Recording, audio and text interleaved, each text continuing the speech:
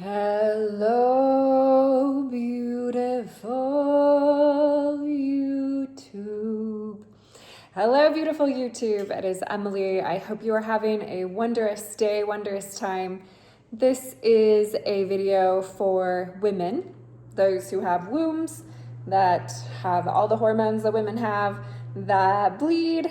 But if you're a man, this video could help you as well, because I think it's important that we start to understand the synergistic connections that both sexes have for one another and the greatness that is actually man and woman together.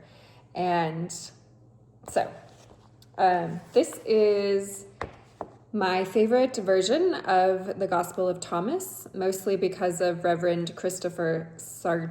I think that's probably how you say it. He is well studied in the true Yeshua the Nazarene and understands things about Christianity that personally, fake Christianity, like fake American Jesus Christianity, is so far away from what the real Yeshua of Nazarene was trying to teach.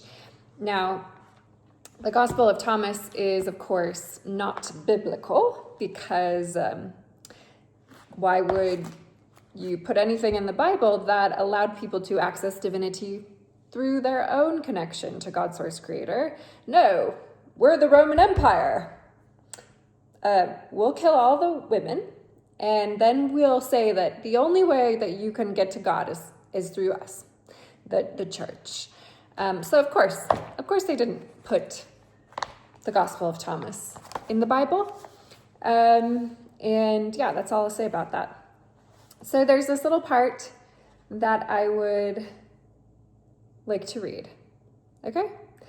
This is on page 68, and I'm going to read you 47 and 48. If anybody happens to have this text, you could follow along. Okay, now, it's important to know that Jesus spoke in parables to ordinary human beings, and then those that he had in his close inner circle, he spoke more in a mystical context that was like a higher level of kind of understanding what was going on. So you could, and most scholars do, understand that he probably had like a code or a codex for the certain words he is using. So as we read his words as written down by John, we need to think about, well, what might he be meaning when he says house? And what might he be meaning when he says horse, etc.? Because it's very likely that these are encoded because of the power and potency that they offer to any human being who wishes to understand the nature of themselves from the large perspective of God Source Almighty, the one that is. Okay, so Jesus said, "It is impossible for a man to mount two horses or to stretch two bows, and it is impossible for a servant to serve two masters. Otherwise, he will honor the one and treat the other contemptuously. No man drinks old wine and immediately desires to drink new wine.